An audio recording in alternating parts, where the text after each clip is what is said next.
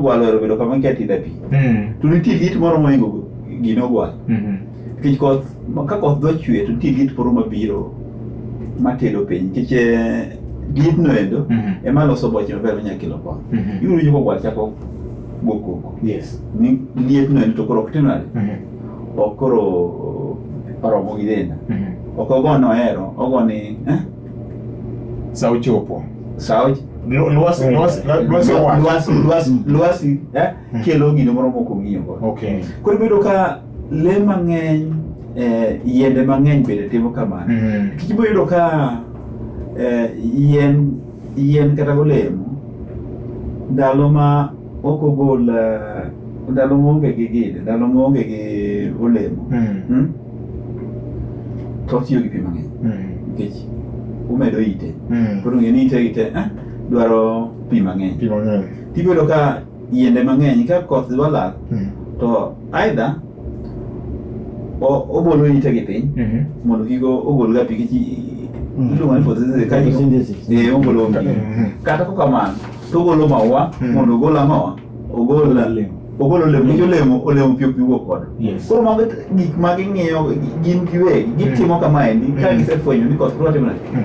Koro ng'at mok ti tich science kaka waniendi oketo pache somo gik to en bedo biro timo nade obiro bedo gi koro moro machiegni gi ma science timo. Nitie kaka ng'ato nyalo chungo koth kaka chon be nitime. An baro koth gi chungo koth anyalo wacho ni en yie mar ng'ato. En yie mar ng'ato. Gima wacho ni en yie mar ng'ato nikech kata wan wawegi kineno koth mane wawacho ni hapa na pale en koth pale na en koth mubaro kochwe kacha to kugini kacha kama ontimo baro mokalo. Koro baro mar koth en ngero mar koth kotha e gino wari koth rangero en ngero mar koth ga ni onyango kar ka to kar kote mar ogo.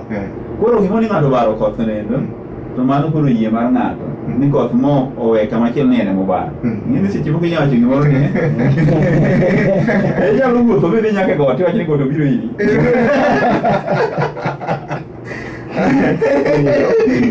Francis Sedah-Apisa e wach achiel nogono ing'e ni thothne wayudo ga report ma igolo kod office mar Met mar juma ka juma.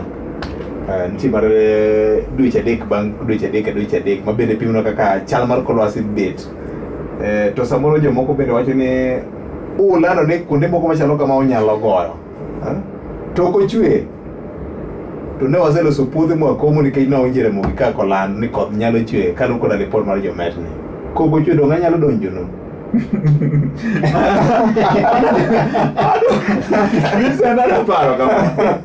Anaparo kama apani pod wan gi lony mamalo kaka oganda kata kaka piny mar Kenya. Yes. En kar thieth ka. To kama wuoyo nyalo yudo mwatiye gi pesa mang'eny molo gimoro amora en ang'o kar thieth. To gitero ga ng'ato osiptal ni mondo odhi thiedho chako duka. Gero nitiro odhi chamo. Kendo gero nendo sami tero ng'ato osiptal ng'abiro golo gero no kuom ionge ni jatuni ni tho. Seche moko iwacho ni ng'ane ne dhi maber lakini bang' seche moko olokore motimane motho. Nyiso ni gima timore aikia nyalo na gima iluongo ni probability. Probability kata nyalo moro ni gima to kocho ni en wachie nyalo moro nigi science moro amora te. Okay. Science moro amora nyaka bed gi nyalo moro. Ochalo komo bando. Inyalo keto adek e bur. Ariyo ti achiel ti. Ibiro dhi penjo lo nang'o mi achiel chokoti. Kadi penjo kodhi ni to nowacho ni kodhi ni ka kome to gin gitite. Koro ese nonro mar kor yamo. Kendo gima dwa ni mondo ji piny owinj malong'o en nyalo nyalo koth nyalo chwe opogore gi koth dhi chwe. Onge ng'ama nyalo kor yamo wacho ni koth kiny nochwe kama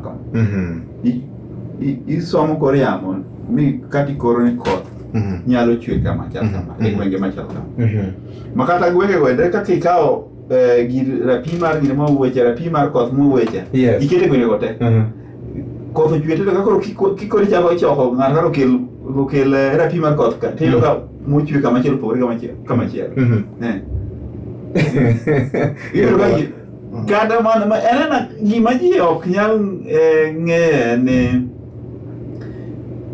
gik ma Nyasaye nochweyo kata wan sani kwadhi kodi hospital no yud ni wan gi malaria lakini ayudo seche moko ka malaria mara gi mari chal to rate mar chango ok dhi ni kichango ni tachango opogore yath en achiel otiru odiechieng' achiel opimu odiechieng' achiel to chak miyo yath odiechieng' achiel chango opogore kata mine momako eche ok nyal nyuolo odiechieng' achiel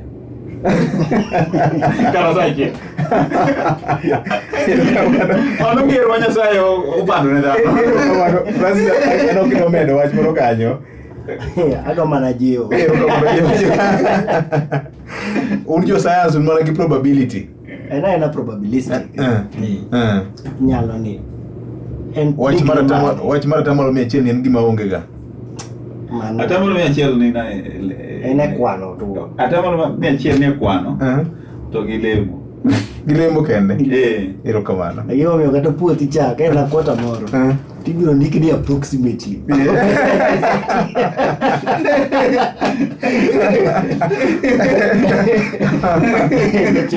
mia no onge